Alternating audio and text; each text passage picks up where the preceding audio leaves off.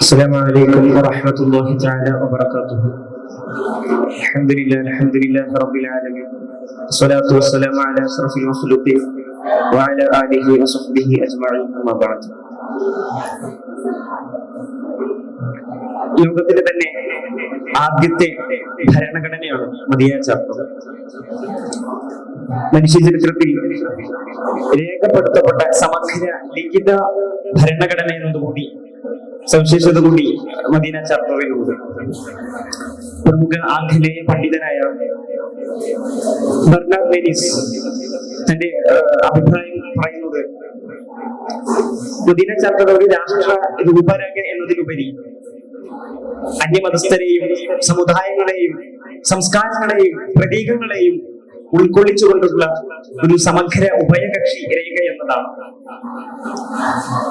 നബി സല്ലല്ലാഹു അലൈഹി വസല്ലം തങ്ങളും അതുപോലെ തന്നെ മുഹാജിറുകളും മക്കയുടെ അരക്ഷിതാവസ്ഥയിൽ നിന്ന് മദീനയിലേക്ക് പലായനം ചെയ്യുമ്പോൾ മദീനയിലെ അന്നത്തെ അവസ്ഥ തീർത്തും അരക്ഷിതാവസ്ഥയായിരുന്നു.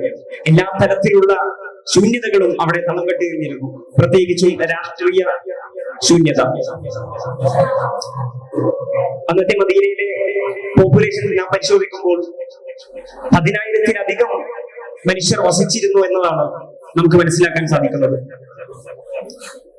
ബനൂ നദീർ, ബനൂ ഖുറൈദ അടക്കമുള്ള 10 ജൂത ഗോത്രങ്ങളും ഹൗസ് ഖസറജ് അടങ്ങുന്ന 12 മുസ്ലിം അതുപോലെ തന്നെ അറബി വിഭാഗങ്ങളും ഇവരെ കൂടാതെ യഹൂദരും ക്രൈസ്തവരും അടങ്ങുന്ന ഒരു ബഹുസ്വര ഭൂമികയായിരുന്നു പരിശുദ്ധ മദീന, അന്നത്തെ യസ്രിബ്.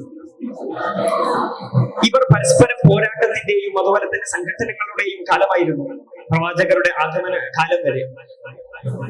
ഇത്തരത്തിൽ വിഭജിച്ച് പോയിരിക്കുന്ന ഈ സമുദായങ്ങളെ, ഗോത്രങ്ങളെ ഒരു കുടക്കീഴിൽ കൊണ്ടുവരിക എന്നത് പ്രവാചകനെ സംബന്ധിച്ചിടത്തോളം വലിയ വെല്ലുവിളിയായി ഉയർന്നിരുന്നു. അതിന്റെ ഭാഗമായി നബി സല്ലല്ലാഹു അലൈഹി വസല്ലമ ഇരു ഗോത്രങ്ങളെയും അതുപോലെ തന്നെ എല്ലാത്തരം നാനാത്വങ്ങളെയും ഏകത്വത്തിലേക്ക് കൊണ്ടുവരുന്ന ഒരു സമഗ്ര രൂപരേഖയാണ് തയ്യാറാക്കിയത്.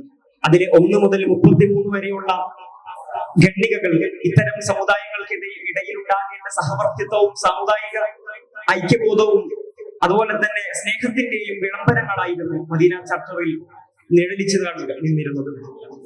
അതുകൊണ്ട് തന്നെ പ്രവാചകൻ രാഷ്ട്ര നിർമ്മാണത്തിന് നേരിട്ട മറ്റൊരു പ്രധാന വെല്ലുവിളിയാണ് പലപ്പോഴായി മക്കയിൽ നിന്നും മദീനയിലേക്ക് പലായനം ചെയ്തുകൊണ്ടിരുന്ന നിരാലംബരായ മുഹാജിറുകളുടെ പുനരധിവാസം എന്നത്.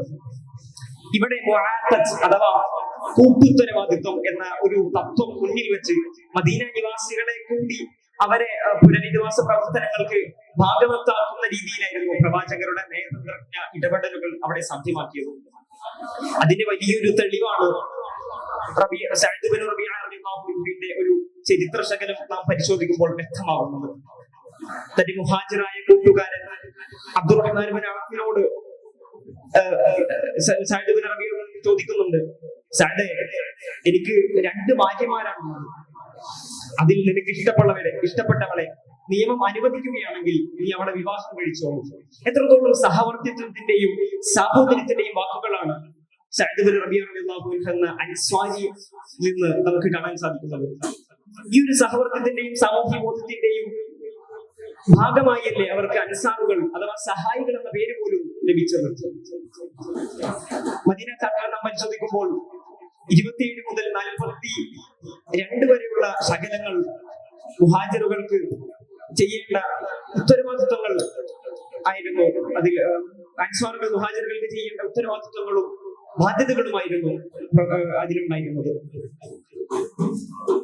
ആധുനിക ലോകത്ത് മദീന ചാർട്ടർ ചർച്ചാ വിഷയമാകുന്നത് ഇത്തരം നാനാത്വത്തിൽ നിന്നുള്ള ഏകത്വത്തിലേക്കുള്ള വിധങ്ങളുടെ പ്രയത്നവും അതുപോലെ തന്നെ നിരാലംബരായ മുഹാജിറുകൾക്ക് അൻസ്വാറുകൾ ഒരുക്കിയ സാമൂഹ്യപരമായ സാമൂഹ്യ ജനപക്ഷകരമായ ഇത്തരം ഉത്തരവാദിത്വങ്ങളും സംഭവവികാസങ്ങളുമാണ് മദീന ചാർട്ടറിനെ ഇന്നും ധാരാളം പഠന വിധേയമാക്കുന്നതും ചർച്ച ചെയ്യപ്പെട്ടുകൊണ്ടിരിക്കുന്നത്.